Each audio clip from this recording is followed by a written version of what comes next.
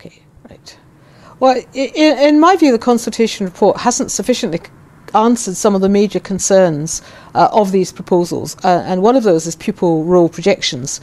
At the moment, the Children and Families officials say that there's plenty of room in the neighbouring schools, but we also know that the projections that were given in the last council in justification of closing certain primary schools in the city were actually wrong, and now we're seeing schools overcrowded as a result of those closures. And I think it's significant that in October, when the Children and Families Department gave a projection for Portobello High School's S1 intake, including potential closure of Castlebrae, they were taking that into account, that they felt there would be 239 S1 entrants. But in the report they've just published, which is barely 6 months later, is actually showing 216. Now that, to me, is quite a big increase over a relatively short space of time, and I think we have got to question just how reliable some of these projections are, and if the pupil roll goes on rising at that sort of rate, then it's not going to be long before there are real problems for pupils in the former Castlebrae catchment area. The other, I do feel strongly too that all the investment we've put into the area in terms of the regeneration already, and the future plans for the area are put at risk by closing the school, because rebuilding the school was central to the entire project. There's a commitment in the report, as it's now been written, at least on paper, to the continuation of vocational education. But I think there are still major concerns about whether that actually can happen. It's quite vague, it's quite general.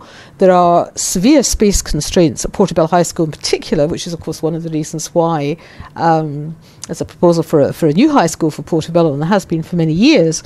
So squeezing in the additional vocational educational facilities at any decent standard is genuinely going to be difficult. The other suggestion is we use local colleges for this, but Edinburgh's colleges are going through a huge level of merger reorganisation at the moment, and I think to suggest in vague terms that it might be possible to do all of this at college is not good enough, because it may be that turns out not to be possible because of things that potentially happening at the college end, and then these vocational courses will be lost.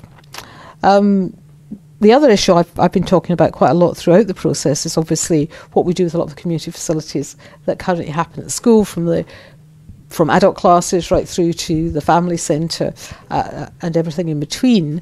And I do accept that there has been some consideration now given to the reprovisioning of this and some investment into it, but I just don't think it's enough. To put this into context, the amount that the council is proposing to put into investment in Castlebrae Community Centre as a capital investment one-off is £83,000. A lot of that's going to go simply to making it possible to continue to use the 3G pitches, which is a good thing in itself, but if you're going to continue to use them without the school being there, you have to reroute the lighting, and you have to put in new security fences and so on. That will take up quite a lot of that money, so there's not very much actually for anything else. And when you compare that to the amount the council is going to be spending, it itself says £115,000 in a year in just securing a school building they're proposing to close, and then £500,000 demolishing that building, then the investment in improved community facilities is actually very small. The savings from closing the school are about £1.1 million on an annual recurring basis. That's taken from the report as well. And I think what we need to see is a real promise here. If they're determined to close the school, and I'm putting the if on it very strongly here, that a substantial element of that saving would be reinvested in the Craigmillar area. And I don't think the proposals that are in this report actually take that far enough. They are a step in the direction of acknowledging there's a need, but there are more savings there which could be used to the benefit of the area. I mean, one of the real strengths of Castlebrae throughout, I think, probably its history over the last 20, even 30 years, has been its success in getting young people into jobs because of the vocational courses that it's offered, the construction courses, the hospitality, the catering that they offer, and the standard of that is very good.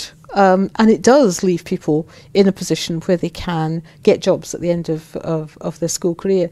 And that is very important. And if that's lost, then an aspect in perhaps a larger school where those facilities aren't available, then actually there'll be a loss for these young people.